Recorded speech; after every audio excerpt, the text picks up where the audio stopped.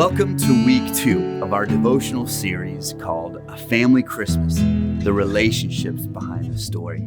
As we seek to look for key relationships in the story of Christmas as a preparation for Jesus' first coming. In week 1, we talked about Zechariah and John the Baptist and how so much prophecy was placed in the coming of John the Baptist as the preparer of the way.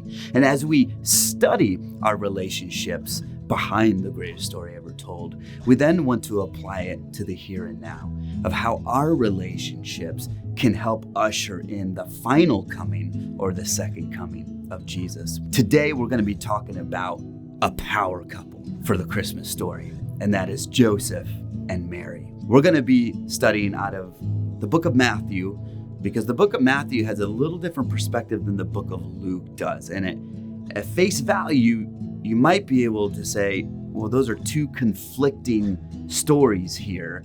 But then when you put it into context, Matthew focuses on the perspective from Joseph, where Luke comes from the perspective of Mary. But there's a lot of similarities in the principle of it. Haven't you ever asked yourself, why did God choose Joseph and Mary to basically parent God's son or be the parents of God? Well, I think there are 3 key reasons. One of those reasons, so maybe there's 4, but one of those reasons is that it's a fulfillment of prophecy through the line of King David, biologically through Mary, and then through the legal system through Joseph, Jesus' stepfather. So both of those aspects actually bring validity through the prophecy of Scripture. But I want to talk about some of the characteristics of Joseph and Mary. When I did premarital counseling, when I do premarital counseling, when I talk to the teenagers when I was a youth pastor, but I still counsel this way, is I tell couples, is Jesus real in your life? Is Jesus real in your life?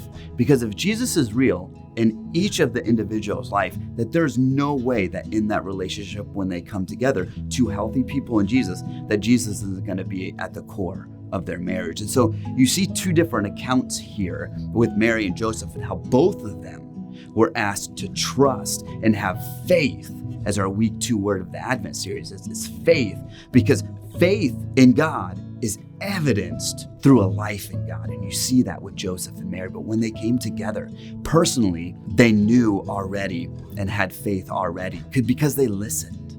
Both of them listened. In Luke 1:38, I am the Lord's servant, Mary said. I am the Lord's servant. And Joseph, also in Matthew, demonstrated his servanthood when he did the number 2 thing of why God chose Joseph and Mary is they obeyed. Matthew 1:24 says, when Joseph woke up, he did what the angel of the Lord had commanded him and took Mary home as his wife because he was concerned. We didn't sleep together. We haven't consummated this betrothment yet. So how is she pregnant? She must have cheated on me. All these things are going through his head. But the angel of the Lord came to him, and basically by Joseph obeying this and taking Mary home as his wife, he is saying, I am your servant though. So they both listened. They both obeyed. And they both trusted. In Luke 2:6-7, while they were there, the time came for the baby to be born, and she gave birth to her firstborn, a son. She wrapped them in cloths and placed them in a manger because there was no guest room available for them. So their trust was in God's favor. But God's favor might look like a donkey in a manger instead of a white stallion and a chariot. You see, because both of them were on the same page with God, when they came together, they both were able to have a unified front in their obedience.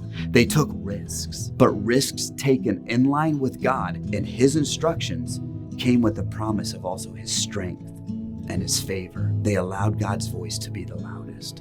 And when you have that spirit together as a couple, or just as an individual person, when you can listen, when you can obey, and when you can trust God, in the midst of anybody else's opinions or voice, you are going to have God's presence with you to push you forward. So my Christmas challenge for you today is, are you listening? Jesus said many times, whoever has ears, let them hear.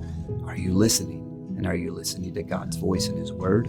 Are you obeying? Obeying His commands is a huge part of having faith in Him. It's showing Him that you have faith. See, I can say that this chair is going to hold me when you look at a chair, but I'm not going to believe you until you actually sit down. That's what obedience response is. Joseph and Mary were willing to do that. So are you listening? Are you obeying?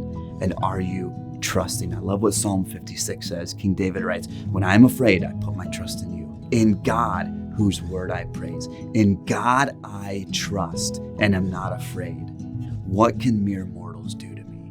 See, when Joseph and Mary were in that position, this is why God chose them, because he knew that they would put their faith into practice. Because the bottom line we see with Joseph and Mary in this husband and wife relationship is they were ready to parent God's son, Jesus, showing that their faith in God is evidenced by a life in God. How about you?